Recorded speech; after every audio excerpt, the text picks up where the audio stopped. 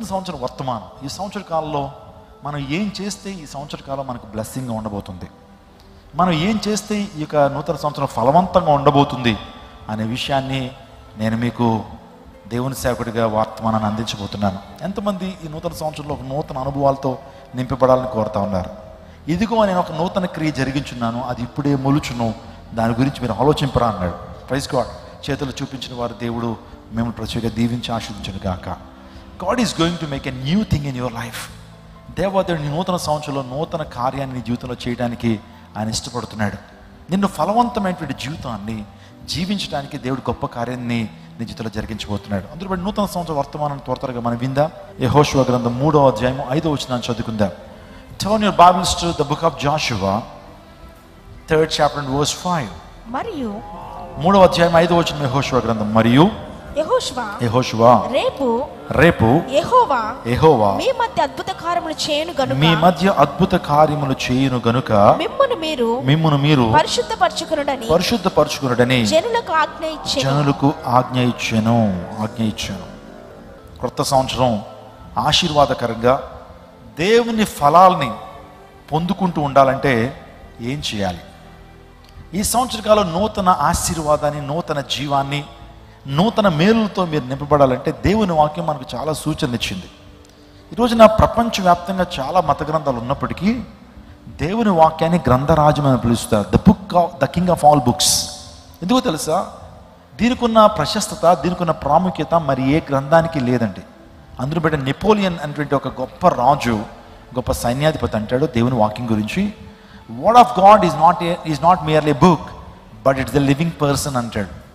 అంటే ఒక గొప్ప రాజు చెప్పినటువంటి మాట ఏంటంటే, నెపోలియన్ అంటే ప్రపంచాన్ని పరిపాలన చేసినటువంటి గొప్ప రాజు, అతనికంటే గొప్ప శౌర్యం కలిగినటువంటి సైన్యాధిపతి మరొకరు లేరు అంటారు. సముద్రాన్ని కూడా ఈదినటువంటి వాడు నెపోలియన్, ఫ్రాన్స్ దేశ మిలిటరీ జనరల్.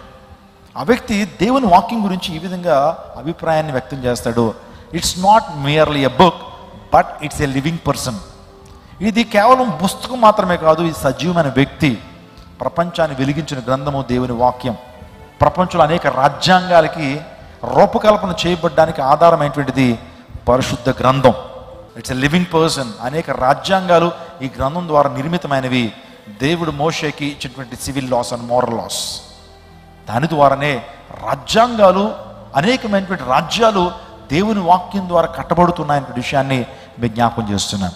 ఈ గ్రంథము మనం ఫలించటానికి, ఈ గ్రంథము మనం అభివృద్ధి పొందటానికి, ఈ గ్రంథము దేవుని యొక్క దయను పొందుకోవడానికి ఏం చేయాలో చాలా విషయాలు గ్రంథంలో పొందుపరిచాడు. ఇది ఒక గని లాంటిది. ఈ గనిలో త్రవ్వే కొలది అనేకమైన సత్యాలు బయటపడుతుంటాయి. గనిలో మనం త్రవ్వే కొలది శ్రేష్టమైన బంగారం కావచ్చు, బొగ్గు కావచ్చు, అనేకమైనటువంటి మ్యాంగనీస్ కావచ్చు, ఇంకా మనకు తెలిసినటువంటి గనులు తెలుసు. సో అనేక గనుల్లోంచి తీస్తూనే ఉంటారు. దేవుని వాక్యం కూడా ఒక గని లాంటిదే. ఈరోజు మనం జాగ్రత్తగా ఆలోచన చేస్తే, యెహోషువ అనేటువంటి ఒక గొప్ప నాయకుడు, మోషే తర్వాత నాయకత్వ బాధ్యతలను స్వీకరించాడు యెహోషువ. యోర్దాను నదికి వచ్చిన తర్వాత నిజంగా అక్కడ ప్రధానులను సమకూర్చి, నిజంగా అక్కడ ప్రజలను సమకూర్చాడు. వారు కనాను దేశానికి వెళ్తా ఉన్నప్పుడు మధ్యలో యోర్దాను నది అడ్డొచ్చిందండి. యోర్దాను నది అంటే చిన్న పిల్లకాలం అనుకోవద్దు, చాలా ఉధృతంగా ప్రవహించేటువంటి నది. ఆ నది దగ్గరికి వచ్చేటప్పటికి యెహోషువ ఏం చేశాడంటే ప్రజలందరినీ ఒకసారి సమీకరించాడు. ఆ తర్వాత యాజకులను సమీకరించాడు, లేవీయుల్ని సమకూర్చి ఒక మాట అంటున్నాడు, దేవుడు మీ మధ్య అద్భుత కార్యములు చేయబోతున్నాడు. హల్లెలూయా. దేవుడు మీ మధ్య అద్భుత కార్యములు చేయబోతున్నాడు అని చెప్తూ ఉన్నాడు. యెహోషువ వారందరినీ కూడా సిద్ధం చేస్తున్నాడు. God is going to perform great things in your life so that మీ యొక్క జీవితాన్ని మీరు పరిశుద్ధపరచుకోనండి. Prepare your hearts to receive the God's blessings, to receive the God's miracles అని యెహోషువ ప్రజల్ని సమకూరుస్తున్నాడు, ప్రజల్ని అలర్ట్ చేస్తున్నాడు. అందులో యాజకులు ఉన్నారు, లేవీలు ఉన్నారు, సామాన్య ప్రజలు ఉన్నారు, స్త్రీలు ఉన్నారు, పిల్లలు ఉన్నారు, యవనస్తున్నారు. రేపు మీ మధ్య అద్భుత కార్యములు జరిగించబోతున్నాడు. మీకు తెలుసు, ఇశ్రాయేల్ నాయకత్వంలో మోషే అద్భుత రీతిగా వారు నడిపించుకుంటూ వచ్చాడు. ఎర్ర సముద్రం అడ్డొస్తే ఎర్ర సముద్రం 2 పాయలు చేశాడు. 6 నెలలు నడిపించాడు. పగలు మేఘస్తంభాన్ని, రాత్రి అగ్నిస్తంభాన్ని వేయటానికి మోషే ప్రార్థన ఎంతగానో దోహదపడింది. ఆకాశం నుంచి మన్నా దేవుడు కురిపించాడు. కానీ అనేక సందర్భాల్లో ఇశ్రాయేలు దేవుని మీద తిరుగుబాటు చేయడం ద్వారా, దేవుని సేవకుడి మీద తిరుగుబాటు చేయడం ద్వారా, దేవుని సేవకుడి మీద సనగటం ద్వారా, గొనగటం ద్వారా అనేక మంది అరణ్యంలోనే రాలిపోయారు. దేవుడు వారికి బుద్ధి చెప్పాడు. కానీ ఎట్టకేలకు యెహోషువ దేవుని కృప ద్వారా యోర్దాను దాకా వచ్చేశారు. వచ్చిన తర్వాత అక్కడ చెప్తున్న మాట, దేవుడు మీ పక్షాన ఉన్నాడు, దేవుడు మీ మధ్యన అద్భుత కార్యం జరిగించబోతా ఉన్నాడు. దేవుని మందసాన్ని మోస్తున్నటువంటి యాజకులతోనూ లేవీలతోనూ అక్కడ చేరి ఉన్నటువంటి ప్రజలందరితో ఉద్దేశించి మాట్లాడుతున్నాడు. వారి యొక్క ప్రయాణం ఎలా సాగుతుందో తెలుసా? దేవుని మందసాన్ని మోస్తున్నారు యాజకులు, దేవుని మందసాన్ని మోస్తున్నారు యాజకులు, లేవీలు అక్కడ ఉన్నారు. వాళ్ళందరినీ ఉద్దేశించి మాట్లాడుతున్నాడు. ఆత్మీయ జీవితానికి ఉపయోగకరమైనటువంటి మాటలు యెహోషువ మాట్లాడుతున్నాడు. మీ మధ్య దేవుడు అద్భుత కార్యం జరిగించబోతున్నాడు. నీ సమస్యలకు దేవదేవుడు పరిష్కారం ఇవ్వబోతున్నాడు. నీ కృంగుదల, నీ ఒంటరితనము, నీ బాధ నుంచి దేవదేవుడు నివారణ ఇవ్వబోతున్నాడు. ఇక్కడ ఎవరైనా సరే ఇంకా ఏకాంగులుగా ఉన్నటువంటి వారికి దేవుడు ఇస్తున్న వాగ్దానం, మీ మధ్య దేవుడు అద్భుత కార్యం జరిగించబోతున్నాడు. ఏకాంగులు సంసారులుగా మార్చబడబోతున్నారు. అనారోగ్యంతో ఉన్నటువంటి వారు, అప్పు బాధలతో ఉన్నటువంటి వారు, నిందలు అవమానాలను ఫేస్ చేస్తున్నటువంటి వారు, ఉద్యోగం లేక అనేకమైన ఇంటర్వ్యూకి అటెండ్ అవుతున్నటువంటి వారు, ఒకటి కాకపోతే మరొక ఎగ్జామ్ రాస్తున్నటువంటి నీకు దేవుడిస్తున్న వాగ్దానము, నీ జీవితంలో సర్వశక్తుడు అద్భుతాన్ని జరిగించబోతున్నాడు. యెహోషువ అదే చెప్పాడు, నా ఇశ్రాయేలు ప్రజలారా, యాజకులారా, లేవీయులారా, యవనస్తులారా, చిన్నలారా, పిల్లలారా, దేవదేవుడు మీ మధ్యన అద్భుత కార్యములు జరిగించబోతున్నాడు. మరి అద్భుత కార్యం జరిగించబోతున్నాడు అని చెప్పినటువంటి యెహోషువ ఆ తర్వాత మిమ్మల్ని మీరు శుచిపరచుకోనండి, మిమ్మల్ని మీరు పరిశుద్ధపరచుకోనండి. యోర్దాను నదిని అద్భుత రీతిగా వారు దాటడానికి, వారి జీవితంలో గొప్ప అద్భుతాలు పొందుకోవడానికి, దేవుని యొక్క ప్రత్యక్షతను మరలా చూడడానికి ఇశ్రాయేలు చేసిన కార్యాలు ఏంటని ఆలోచన చేస్తే, ఈ సంవత్సర కాలంలో మీరు అద్భుతాన్ని పొందుకోవాలంటే, మీ జీవితంలో గొప్ప కార్యసిద్ధిని పొందుకోవాలంటే, మీ జీవితంలో మీరు వర్ధిల్లాలి అంటే, దేవదేవుడు మీ దుఃఖమును నాట్యముగా మార్చాలి అంటే, దేవదేవుడు మీ జీవితంలో గొప్ప ద్వారాలు మీకోసం తెరవాలంటే, మూడు విషయాలు అక్కడ యెహోషువ ద్వారా పరిశుద్ధాత్మ దేవుడు మాట్లాడుతూ ఉన్నాడు. ఒకటి, దేవుని మందసాన్ని మీ ముందు ఉంచండి. హల్లెలూయా. అద్భుతాన్ని పొందటానికి, దేవుని కార్యాన్ని రిసీవ్ చేసుకోవడానికి, దేవుని కార్యాలు నీ జీవితంలో ప్రత్యక్షంగా చూడడానికి, first of all what you have to do, మొదట నువ్వు చేయాల్సింది ఏంటి తెలుసా? దేవుని మందసాన్ని మీ ముందు ఉంచండి. చూద్దాం ఒకసారి యెహోషువ గ్రంథం 3:6. Very wonderful message. ఈ యొక్క రాత్రి కాల సమయంలో దేవుడు నీతో స్పష్టంగా మాట్లాడుతున్నాడు. అద్భుతం చేయడానికి ఆయన సిద్ధంగా ఉన్నాడు. కానీ నువ్వు చేయాల్సింది ఏంటో తెలుసా? దేవుని మందసాన్ని ముందు ఉంచాలా. యెహోషువ గ్రంథము 3:6.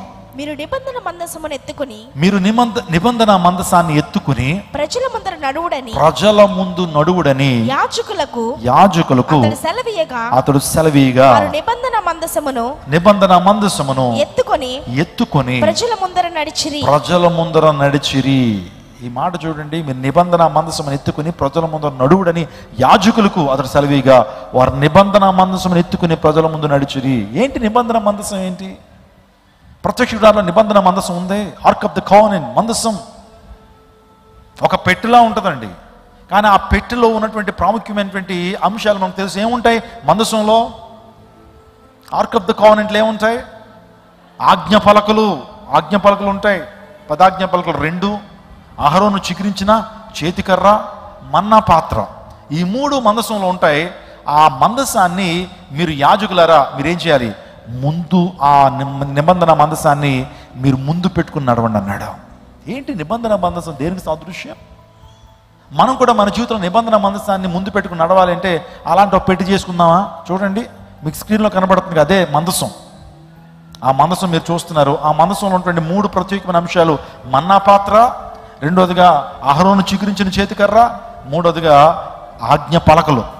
మనం కూడా మోడల్గా ఈ పెట్టోడ పెట్టుకుని ఎక్కడ పెడితే అక్కడికి వెళ్ళిపోదాం. ఈ పెట్టి పట్టుకుని ప్రయాణంలో వెళ్తున్నప్పుడు, ఉద్యోగానికి వెళ్తున్నప్పుడు, వ్యాపారాలు చేస్తున్నప్పుడు, ఆ తర్వాత ఇంటర్వ్యూలకు వెళ్తున్నప్పుడు, ఇంకా మనం ఏదైనా విజయం సాధించాలనుకున్నప్పుడు ఈ పెట్టి పెట్టుకుని బయలుదేరదామా? మందసం మనం కూడా తయారు చేసుకుని అందులో ఏమంటే మోడల్గా ఈ 3 పెట్టుకుని చక్కగా మనం ఇంటర్వ్యూకి వెళ్తున్నప్పుడు ఆ పెట్టి పట్టుకుని వెళ్ళామనుకోండి, ఎలా ఉంటుంది పరిస్థితి? అది కాదు దాని అర్థం. పాత నిబంధన కాలంలో ఆ మందసము క్రొత్త నిబంధనలో దేనికి సాదృశ్యం అంటే దేవుని సన్నిధికి సాదృశ్యం. హల్లెలూయా. దేవుని సన్నిధికి సాదృశ్యం. Are you carrying the presence of God wherever you are, wherever you go? నువ్వు వెళుతున్న ప్రతి స్థలానికి దేవుని యొక్క సన్నిధిని మోసుకెళ్తున్నావా? దేవుణ్ణి మోసుకెళ్తున్నావా? దేవుని మోసుకెళ్తున్నావా? Are you carrying the presence of God? దేవుని సన్నిధిని క్యారీ చేస్తావు నువ్వు? నేను ఎక్కడికి వెళ్ళినా సరే దేవుని సన్నిధిని క్యారీ చేస్తానండి అంటే అర్థం ఏంటంటే, నేను ఎక్కడికి వెళ్తున్నా సరే ప్రార్థన లేకుండా, నేను ఎక్కడికి వెళ్తున్నా దేవుని మహింపరచకుండా, దేవుని సన్నిధిని క్యారీ చేసుకుంటా వెళ్ళాలి. తద్వారా విజయం మన సొంతం అవుతుంది. నువ్వు ప్రయాణం చేస్తున్నప్పుడు ప్రయాణం ముందు ప్రార్థన చేస్తున్నావా? అయ్యా సో అండ్ సో ప్రయాణం నేను చేస్తున్నాను, సో అండ్ సో ప్లేస్కి నేను వెళ్తున్నాను, నీ ప్రజెన్స్ నాతో రావాలయ్యా, నీ సన్నిధి నాతో పాటు రావాలయ్యా అని ప్రార్థన చేస్తున్నావా? మందసం ముందు నడుస్తుంటే దాన్ని అనుసరిస్తూ ప్రజలు నడవాలన్నాడు. ఏమన్నాడు? మందసం ముందు నడుస్తుంటే దాని వెనకాల ఎవరు రావాలి? ప్రజలు రావాలి. అంటే మందసము ముందుండాలా. దేవునికి అధిక స్థానం మనం ఇవ్వాలి. దేవుడు మనం ముందు నడవాలి, వెనకాల మనం నడవాలి. స్తోత్రం చెప్పండి. హల్లెలూయా. దేవుని మందసం దేవుని సాదృశ్యం.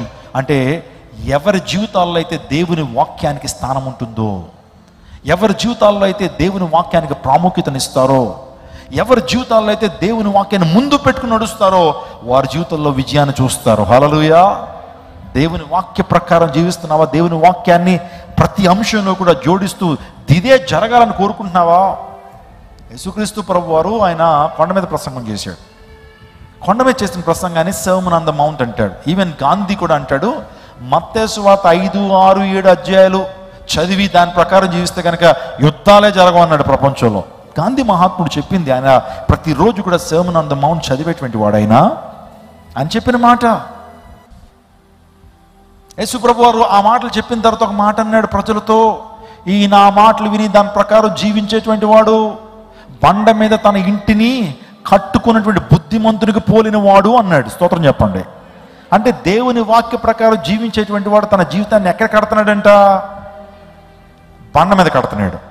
ఒకవేళ దేవుని వాక్య ప్రకారం కాకుండా అన్ని సాంప్రదాయాలు, లోకంలో ఫిలాసఫీస్, లోకంలో థియరీలు, లోకస్తులు చెప్తున్నటువంటి జ్యోతిష్యాల మీద నీ జీవితాన్ని కట్టామంటే ఇసుక మీద కడుతున్నటువంటి జీవితాలు లాంటివి అన్నమాట.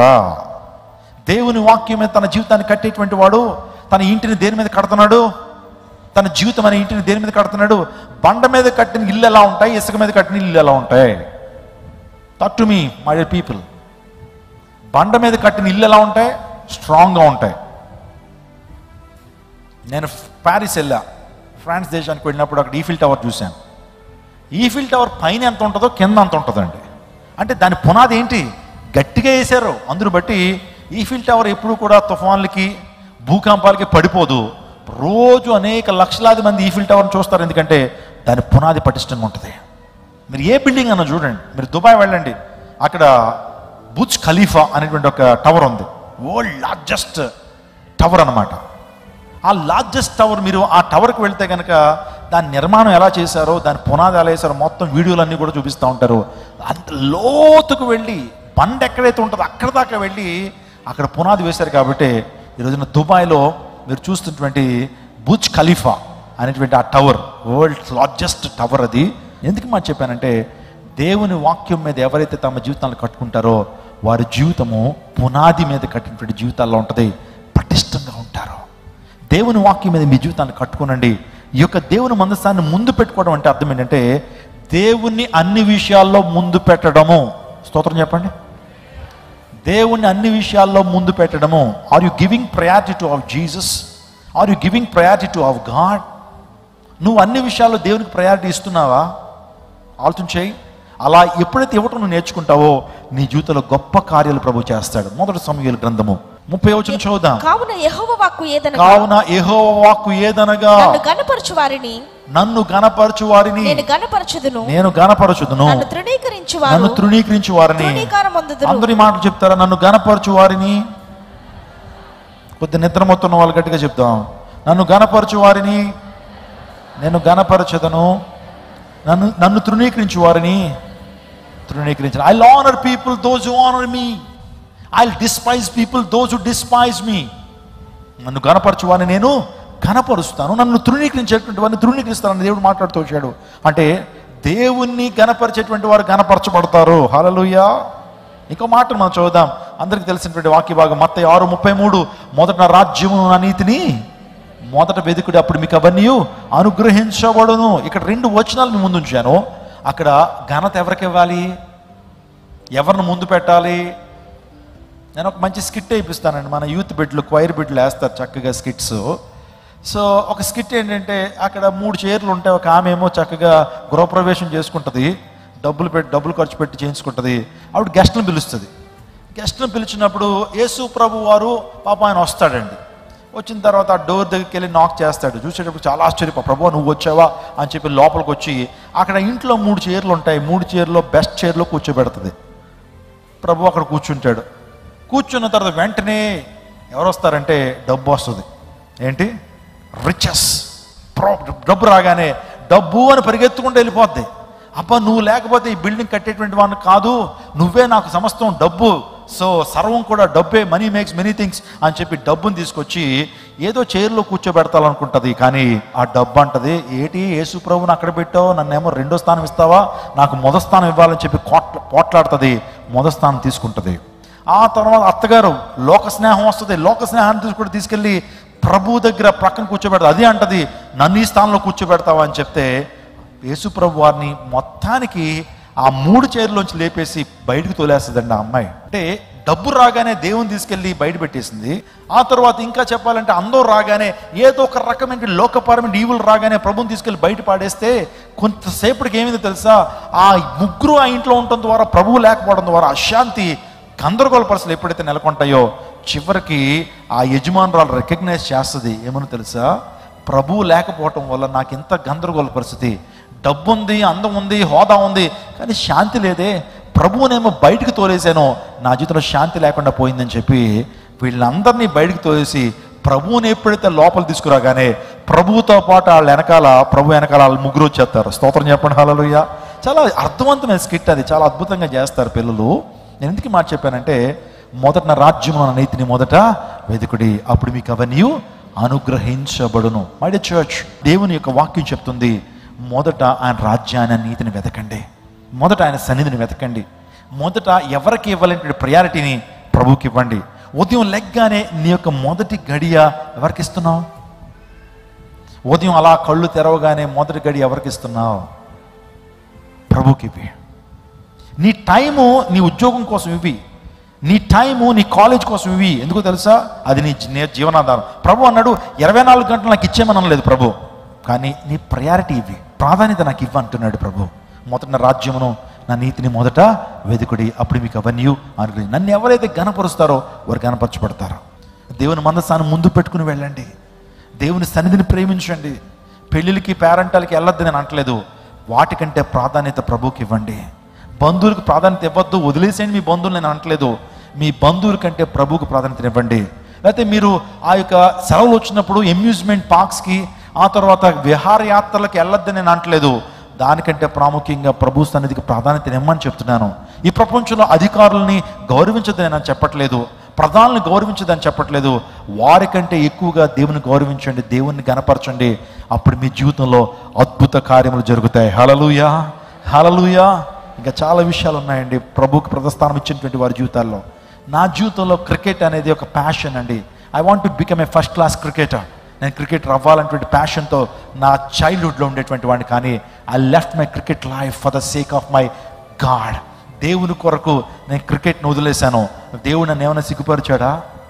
నా మహా అయితే నా లైఫ్లో నాకున్నటువంటి టాలెంట్ని బట్టి, క్రికెట్ టాలెంట్ని బట్టి నా లైఫ్లో ఒక రంజీ సీజన్ ఆడతానేమో. ఎంత కాంపిటేటివ్ వరల్డ్లో మహా కష్టపడిపోయి డబ్బులు ఖర్చు పెట్టేసి రోజు 24 గంటలు ప్రాక్టీస్ చేస్తే నా బతుక్కి లైఫ్లో ఒక స్టేట్ రంజీ సీజన్ ఆడతాను. ఒక సీజన్, ఇప్పుడు రంజీ సీజన్ ఆడితే 28 లక్షలు ఇస్తారు, 30 రోజులు 20 రోజులు ఆడాలి. అది ఆడతానేమో లైఫ్లో. కానీ దేవుని సేవకు నా జీవితాన్ని సమర్పించుకున్నాను. ఈ పనికి మాలని దేవుడు 40 దేశాలు తిప్పాడు, అనేక మంది రాజుల ముందు ఘనపరిచాడు. అనేక మంది నిజంగా క్రికెట్ ఆడితే నాకు వచ్చేటువంటిది లైఫ్లో అసలు ఈరోజు చాలామంది క్రికెటర్స్ జీవితాలు ఎలా ఉన్నాయంటే పరిస్థితులు, ఇంకా అడుక్కునే పరిస్థితుల్లోకి వెళ్ళిపోయారు. క్రికెట్ని ఆధారం చేసుకుని చదువుకోరండి, వాళ్ళు చదువు మీద కాన్సన్ట్రేట్ చేయరు. క్రికెట్ని ఆధారం చేసుకుని ఒకవేళ ఆపర్చునిటీస్ రాకపోతే వారి జీవితం అగమ్య గోచరం. నాకు తెలుసు చాలామంది క్రికెటర్స్, నా సీనియర్స్ యొక్క స్థితి ఎలా ఉందో నాకు తెలుసు. కానీ దేవుని గణపరిచాను, నేను దేవుని గణపరిచాను. ఆదివారం రోజున మ్యాచ్లకు వెళ్ళాల్సి వస్తుంది కాబట్టి దేవుని మందిరాన్ని మాని వెళ్ళటం నాకు ఇష్టం అవ్వలేదు. వెళ్ళి అడిగాను, సార్ నేను మధ్యాహ్నం వస్తానండి, ఉదయం నేను రానంటే కుదరదు, మానేసేయి అన్నారు. మానేశాను. దేవుని కొరకు, దేవుని రాజ్యం కొరకు, దేవుని పరిచర్య కొరకు క్రికెట్ను వదిలాను, దేవుడు నన్ను ఈరోజు అవమానపరచులా. రాజుల ముందు నిలబడతాడు, అనేక మంది అధికారుల ముందు నిలబడుతున్నాడు. నిజంగా గొప్ప ఘనతను ప్రభు ఇచ్చాడు. చిన్న ఎగ్జాంపుల్ చెప్తాను. రీసెంట్గా నేను అమెరికాలో హ్యూస్టన్ అనేటువంటి మహానగరానికి వెళ్ళా. టెక్సస్లో హ్యూస్టన్ అనేటువంటి ఒక మహానగరం అయితే అక్కడ నాసా చూడడానికి, నేషనల్ ఏరోనాటికల్ స్పేస్ అడ్మినిస్ట్రేషన్కి నేను చూద్దాం అసలు ఆ యొక్క నాసా ఎలా ఉంటుందని ఆ ప్రాంతానికి వెళ్ళినప్పుడు అక్కడ కొంతమంది దేవుని ప్రజలు ఉన్నారు, తెలుగు వారు ఉన్నారు. అందులో ప్రధానంగా కొంతమంది దైవజనుడు పాలిమాన్యుల్ గారు నాసా చూడడానికి వస్తాడని వారు తెలుసుకుని నాకంటే ముందుగా 4 గంటల ముందు వెళ్ళిపోయి అక్కడ నా కోసం వెయిట్ చేసి, దైవజనుడా మీరు మా ప్రాంతానికి వచ్చారు, నాసాని మేము ఇక్కడే పనిచేస్తాం, సైంటిస్టులుగా పనిచేస్తాం, మీరు చూస్తున్నారు అక్కడ ఫోటోగ్రాఫ్స్లో. నేను ఆ ప్రాంతానికి వెళ్ళినప్పుడు నిజంగా వారు ఆ ప్రాంతానికి వచ్చి నన్ను ఎంతో గౌరవించి లోపలికి తీసుకెళ్తూ అనేక మంది పరిచయం చేస్తున్నారు. There is a God servant come from India అని చెప్తూ అక్కడ ఉన్నటువంటి వారికి పరిచయం చేస్తూ ఎంత ఆనర్ నేను పొందుకున్నానంటే అసలు అనిపించింది, నేను వచ్చిన ప్రాంతం ఎక్కడికి, నేను కలుస్తున్నటువంటి వ్యక్తులు ఎవరు, వారు ఇస్తున్న ఘనత ఏంటి, ఈ గాడిదకు దేవాదేవుడు ఏమిస్తున్నాడు, ఘనత ఇస్తున్నాడు. అలనాడు యేసయ్యను మోసినటువంటి గాడిదకి దేవుడు గొప్ప ఘనత ఇచ్చాడే, యేసయ్యను మోస్తున్న నీకు నాకు కూడా దేవుడు ఘనత ఇస్తాడు. హల్లెలూయా, హల్లెలూయా. ఈరోజు దేవుని ఘనపరిచేటువంటి వారు ఘనపరచబడతారు. మీ జీవితంలో అద్భుతాలు మీరు పొందుకోవాలంటే నేను చెప్తున్నాను, దేవుని మందసాన్ని మీ ముందు ఉంచండి. రెండవ మాట, మిమ్మును మీరు పరిశుద్ధపరచుకొనుడి అన్నాడు. చదువుతారా ఒకసారి? సో అక్కడ మనం ఆలోచన చేస్తే మిమ్మును మీరు పరిశుద్ధపరచుకొనుడి. ఈరోజు ఒక మాట నేను చెప్తున్నాను, ఇశ్రాయేలీయులు అప్పటి వరకు దేవుని ఆయాసపరిచారు, పరిశుద్ధతను పవిత్రతను కోల్పోయి జీవించారు. కానీ అక్కడ అంటున్నాడు, యెహోషువ మీ జీవితంలో అద్భుత కార్యాలు జరిగించడానికి దేవుడు సిద్ధంగా ఉన్నాడు, మిమ్మల్ని మీరు పరిశుద్ధపరచుకుంటారా, సాంక్టిఫై యువర్ సెల్ఫ్, మిమ్మల్ని మీరు పరిశుద్ధపరచుకోండి. నూతన సంవత్సరం ఇదే మాటను ప్రభు మీతో మాట్లాడుతున్నాడు. 2023 సంవత్సరం అపవిత్రపరచబడ్డారేమో, లేకపోతే చిన్న చిన్న పాపములకు లోనయ్యి అపవిత్రపరచబడ్డారేమో, మీ జీవితంలో అద్భుత కార్యాన్ని పొందుకోవడానికి can you please sanctify your self in the presence of God. దేవుని సన్నిధిలో మిమ్మల్ని మీరు పరిశుద్ధపరచుకుంటారా, మిమ్మల్ని మీరు పరిశుద్ధపరచుకుంటారా? అయ్యా క్లెన్స్ మీ లార్డ్, నీ రక్తం చేత నన్ను కడగండి అయ్యా, సులువుగా చిక్కులు పెట్టే పాపం నాలో ఎలుబడి చేస్తున్నాయ్యా, నన్ను పరిశుద్ధపరచండి అయ్యా. ఈ 2024లో నా యొక్క మనస్సును మీరు పవిత్రపరచండి, నా ఆలోచనలు మీరు పవిత్రపరచండి, నా నడకలను మీరు పవిత్రపరచండి, నా పడకలను మీరు పవిత్రపరచండి, నా చూపులు పవిత్రపరచండి అయ్యా అని ప్రభు సన్నిధిలో కోరుకుంటే అద్భుతం నీ వెంబడి వస్తుంది. దేవుడు అద్భుతాన్ని చేయడానికి ఇష్టపడుతున్నాడు. మన ప్రభు ఎవరో తెలుసండి, ఆయన పరిశుద్ధుడండి. మన ప్రభు పరిశుద్ధుడు కాబట్టి పరిశుద్ధంగా ఉండమని కోరుతున్నాడు. పరిశుద్ధి లేకుండా ఎవరో ప్రభువుని చూడడు. అందరితో ఏం కలిగి ఉండడానికి ప్రయత్నం చేయాలంట? అమ్మ వింటున్నారా, నిద్రపోతున్నారా? అందరితో ఏం కలిగి ఉండడానికి ప్రయత్నం చేయమన్నాడు? పరిశుద్ధత, సమాధానం కలిగి ఉండడానికి ప్రయత్నం చేయండి. మన ప్రభువు పరిశుద్ధి లేకుండా ఏ ఒక్కరు దేవుని చూడలేరు. దేవుణ్ణి చూడాలంటే మనకు అంతఃశుద్ధి కావాలా? ఒక ప్రధాని కలవాలన్నా, ఒక ముఖ్యమంత్రి కలవాలన్నా బాహ్య శుద్ధి చేసుకుని వెళ్తాం, చక్కగా ఆయన 4-5 సార్లు తలస్నానం చేసేసి వెళ్తాం. మరి దేవుని దగ్గరికి వెళ్ళాలంటే అంతఃశుద్ధి కావాలిగా, హృదయశుద్ధి కావాలిగా. హృదయశుద్ధి గల వారు ధన్యులు, వారు దేవుని చూచేదరని దేవుని నాకు తెలుస్తున్నాయి. కాబట్టి ప్రభువు నుంచి అద్భుతాన్ని పొందుకోవాలంటే నువ్వు హృదయశుద్ధి నువ్వు కలిగి ఉండాలా, అంతఃశుద్ధి కలిగి ఉండాలా. లేవి కాండము 19:2 నేను పరిశుద్ధుని కనుక మీరు పరిశుద్ధంగా ఉండండి అన్నాడు. Since I'm holy I want to be holy అని ప్రభు మాట్లాడుతున్నాడు. పరిశుద్ధత ఎన్నడెన్నటికీ నీ మందిరానికి అనుకూలం అన్నాడు. ఈరోజున పరిశుద్ధ స్థలంలో మనం ఉన్నాం. ఈ యొక్క మందిరానికి అనుకూలం ఏంటి తెలుసా? పరిశుద్ధతే. కాబట్టి ప్రభు కోరుతున్నాడు, నీ జీవితంలో అద్భుతం జరగాలి అంటే రేపు మీ మధ్య అద్భుత కార్యాలు జరిగిస్తాను, ఈ సంవత్సరంలో దేవుడు అద్భుత కార్యాలు జరిగిస్తాను వాగ్దానం చేస్తాడు ఈ రోజున. కాబట్టి can you cleanse your sins in the blood of Jesus? Can you sanctify your self in the blood of Jesus?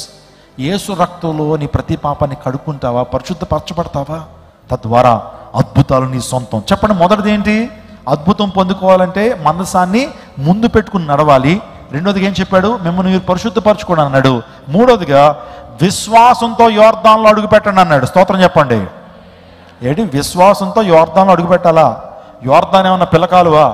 ఏమండి మోకాళ్ళ వరకు ఏమన్నా వస్తుందా? అడుగెడితే బుడుంగుమని మునిగిపోతారు వాళ్ళు. ఎందుకంటే అంత ఉధృతంగా ప్రవహిస్తుంది నది. ఆ నదిలో కొట్టుకెళ్ళిపోతారు వాళ్ళు. ఇప్పుడు యెహోషువ అంటున్నాడు, విశ్వాసంతో యోర్దాన్ నదిలో అడుగెట్టండి అంటున్నాడు. ఈరోజు ఒక మాట నేను చెప్తున్నాను, మీ జీవితంలో సాధించలేనటువంటి కార్యాలు మీ జీవితంలో ఉన్నాయి. నువ్వు అనుకుంటున్నావు it's not possible for me to go, నేను వెళ్ళటానికి ఇది అసాధ్యం అని అనుకుంటున్నావు. It's not possible for me to accomplish it, దీన్ని అకంప్లిష్ చేయడానికి నాకు శక్తి చాలదు. అని అనుకుంటున్నావు. కానీ దేవుడు అంటున్నాడు, విశ్వాసముతో నువ్వు అడుగుపెట్టు. హల్లెలూయా. విశ్వాసంతో యోర్దానులో అడుగుపెట్టు. విశ్వాసంతో నువ్వు ముందుకు కొనసాగు. ఎవరి మీద విశ్వాసం? నీ మీద కాదు, నీ శక్తి మీద కాదు, నీ జ్ఞానం మీద కాదు, నీ యుక్తి మీద కాదు, నీ యొక్క బలగం మీద కాదు, దేవుని మీద విశ్వాసం ఉంచు. Our God is a supernatural miracle working God. ఆయన అద్భుతాలు చేసేటువంటి దేవుడు. ఎప్పుడైతే వారు యోర్దాను నదిలో విశ్వాసంతో కాలు మోపారో జరిగిన అద్భుతం ఏంటి తెలుసా? ఏకరాశిగా యోర్దాను నీళ్ళలా నిలిచిపోయింది. స్తోత్రం చెప్పండి, హల్లెలూయా. అద్భుతం వారు చూశారు. ఆనాడు ఇశ్రాయేలు ఎర్ర సముద్రం దగ్గరికి వచ్చినప్పుడు ఎర్ర సముద్రం ఏ విధంగా పాయలైందో, ఈ యొక్క యెహోషువ ఎప్పుడైతే యోర్దాను దగ్గరికి వచ్చాడో ఆ ప్రజలతో చెప్పిన మాట, మందసాన్ని ముందు పెట్టుకుని నడుద్దాం అన్నాడు. రెండోదిగా ఏం చెప్పాడు? పరిశుద్ధపరచుకున్నాడు అన్నాడు. మూడోదిగా విశ్వాసంతో యోర్దాన్లో కాలు మోపుదాం అన్నాడు. అలా మోపినప్పుడు జరిగిన అద్భుతం ఏంటి తెలుసండి? యోర్దాన్ నీళ్లు ఆగిపోయినాయి. హల్లెలూయా. యోర్దాను నీళ్లు ఏకరాశిగా నిలిచిపోతే ఇశ్రాయేలు దానిలో నడుచుకుంటూ వెళ్ళిపోయారు. స్తోత్రం చెప్పండి, హల్లెలూయా. కమాన్ చర్చ్, నీ ముందు ఒక పెద్ద పర్వతం ఉంది, దాన్ని అధిగమించలేకపోతున్నావు, దాన్ని దాటలేకపోతున్నావు. నీ జీవితంలో ఒక బిజినెస్ ప్రారంభించో, ఆ బిజినెస్ ముందుకు తీసుకెళ్ళలేకపోతున్నావు. ఈరోజు నా విశ్వాసంతో అడుగుపెట్టు. దేవాదేవుడు నీకు విజయాన్ని ఇవ్వబోతున్నాడు. ఈరోజు దేవాదేవుడు నీకు పనిని ఆయన సంపూర్ణం చేయబోతున్నాడు, నీకు విజయాన్ని ఇవ్వబోతున్నాడు. దేవునికి మొదటి స్థానం ఇవ్వి, ఆ తర్వాత పరిశుద్ధంగా జీవించు. మూడోదిగా విశ్వాసంతో నిజంగా నువ్వు యోర్దాన్లో అడుగుపెట్టు. ఉధృతంగా ప్రవహిస్తున్నటువంటి యోర్దాన్ నదిలో కాలు పెట్టడం అంటే సాహసంతో కూడిన విషయమే. కానీ ఇశ్రాయేలు ఒక సాహసం చేశారు. ఒక మాట చెప్తున్నాను, దేవుని మీద విశ్వాసంతో కాలు మోపండి, దేవుని విశ్వాసంతో సువార్త ప్రకటించండి, దేవుని మీద విశ్వాసంతో ఎగ్జామ్ రాయండి, దేవుని యొక్క విశ్వాసంతో ఒక కార్యాన్ని తలపెట్టండి. ఒకవేళ రియల్ ఎస్టేట్ చేసేటువంటి ప్రజలైతే దేవుని విశ్వాసంతో ఒక కార్యాన్ని తలపెట్టండి. మీ జీవితంలో దేవుడు గొప్ప జయ జీవితాన్ని ఇవ్వబోతున్నాడు. దేవాదేవుడు ఉన్నతమైన స్థానం మేము నడిపించబోతున్నాడు. అధైర్యపడొద్దు, భయపడొద్దు. దేవుడు నీకు విజయాన్ని ఇవ్వబోతున్నాడు. దావీదు నిజంగా తన జీవితంలో విశ్వాసంతో ఏలాలోయలో అడుగుపెట్టలేదా? ఏలాలోయలో ముందున్నటువంటి వాడు మామూలోడు కాదు, ఏమన్నా చిన్న చితక సోల్జర్ కాదు, చిన్న చితక మనిషి కాదు. గొలియాతు 6 మూరల జానుడు, నిజంగా 10 అడుగులు ఉన్నాడు. చూడండి మీరు ఒకసారి పైకి చూడండి, ట్రస్ లైటింగ్ అంత ఉన్నాడు మనిషి. ప్రపోర్షనేట్లుగా బాడీ ఎలా ఉంది, కండలు తిరిగి ఉన్నాడు. ఒక్కసారిగా ఆ కండల్లో పెట్టి ఇలా అన్న నొక్కాడంటే మనడు ఎముకలన్నీ ఇరిగిపోతాయి. ఎవరిది? దావీద్ది. అంత చిన్నోడు. గొలియాత్ ఏమో అంత పెద్దోడు. ఇప్పుడు దావీదట దేవుని విశ్వాసంతో పరిగెత్తుకుని వెళ్తున్నాడట. ఎవరి దగ్గరికి? గొలియాత్ దగ్గరికి. రే అని పరిగెత్తుకుంటూ వెళ్తున్నాడు. అంటే మీరు చూడండి, విశ్వాసంతో ఆనాడు ఇశ్రాయేలీయులు ఏ విధంగా యోర్దాను నదిలో విశ్వాసంలో కాలు మోపారో, ఈ యొక్క దావీదు కూడా ఏలాలోయలో ముందున్నటువంటి గొలియాతు మీదకి పరిగెత్తుకుని, ఎవ్వడరా నువ్వు, సున్నత లేనిటువంటి నీవు నా ప్రభువుని, నా దేవుని, నా ప్రజలను అంటావరా, కాసుకో అని చెప్పి ఏమన్నా పెద్ద వెపన్ ఏమైనా తీసుకెళ్తున్నాడండి? పెద్ద ఖడ్గం అంతా తీసుకెళ్తున్నాడా? నిజంగా చెప్పుకోవాలంటే గొలియాతు యొక్క ఖడ్గం అంత సైజు లేడు ఎవరో. అర్థమైందా మీకు? గొలియాతు ఖడ్గం అంత హైట్ లేడు ఎవరో, దావీదు. అలాంటి దావీదు విశ్వాసంతో, నేను యుద్ధం చేసేది నేను కాదురా, నా ప్రభువు యుద్ధం చేస్తాడు నీతో అని చెప్పి పరిగెత్తుకుంటూ ఏలాలోయలో ఏ ఆర్మర్ లేదు, ఏ కవచాలు లేవు, ధైర్యంగా వెళ్ళి ఆ గొలియాతును మట్టి కరిపించాడు. తల ఇలా పట్టుకుని యెరూషలేము వీధుల్లోకి తీసుకొస్తున్నప్పుడు దావీదుకి 10,000 జయాలు. హీరో అయిపోయాడు, ఛాంపియన్ అయిపోయాడు. నిజంగా దావీదు యొక్క విశ్వాసమే తన హీరో చేసేసింది. దావీదు యొక్క విశ్వాసమే హీరో చేసింది. ఒక మాట నేను చెప్తున్నాను, ధైర్యంతో ముందుకు వెళ్ళి ఈ సంవత్సరకాలంలో ఎక్కడైతే ఓడిపోతున్నావో అదే ప్రాంతంలో నువ్వు విశ్వాసంతో ముందుకు కొనసాగిన విశ్వాసము కర్తవ్యం దాన్ని కొనసాగించడానికి క్రీస్తు వైపు చూచు ఈ పంది రంగులో ఓపిక పెరిగేట్టు. ఒకవేళ అనారోగ్యాలు నీ జీవితంలో పెద్ద గొలియాతు వలె ఉన్నాయా? అప్పు బాధలు అనేటువంటి గొప్ప గొలియాతులా ఉన్నాయా? ఒకవేళ నీ జీవితంలో చదువు అనేది గొప్ప భూతంలా నీ ముందు ఉందా? కాంపిటేటివ్ ఎగ్జామ్స్ నీ ముందు ఒక పెద్ద గొలియాతులే కనబడుతున్నాయా? విశ్వాసంతో అడుగుపెట్టు, దేవునిలో ప్రార్థించు, పరిశుద్ధతను కలిగి ఉండు, దేవుని మనస్థానం ముందు పెట్టుకో, దేవునికి ముందు స్థానం ఇయ్యి, నీతో అద్భుతాన్ని చూస్తావు. నీ ముందు ఎటువంటి కఠిన పరిస్థితులు ఉన్నప్పటికీ వాటిని చూసి భయపడక, నీలో ఉన్నటువంటి వాడు లోకంలో ఉన్నవాని కంటే, చెప్పండి, నీలో ఉన్నటువంటి వాడు లోకంలో ఉన్నవాని కంటే గొప్పవాడు. దేవుని మహిమపడదాం. హల్లెలూయా. ఈరోజు నూతన సంవత్సర వర్తమానాన్ని విన్నటువంటి మీరు ఈరోజున ఒక మంచి తీర్మానంతో ప్రభు సన్నిధికి వద్దాం. ప్రభువుకి మొదటి స్థానం ఇద్దాం. పరిశుద్ధతను మన జీవితంలో కలిగి ఉందాం. విశ్వాసంతో యోర్దాను నదిలో కాలు మోపుదాం. ధైర్యంతో ముందుకు కొనసాగుదాం. దేవుడు విజయాన్ని మీకు ఇస్తాడు. దేవుడు అద్భుతాన్ని మీ జీవితంలో జరిగిస్తాడు. స్వస్థతను మీ జీవితంలో దేవుడు అనుగ్రహిస్తాడు.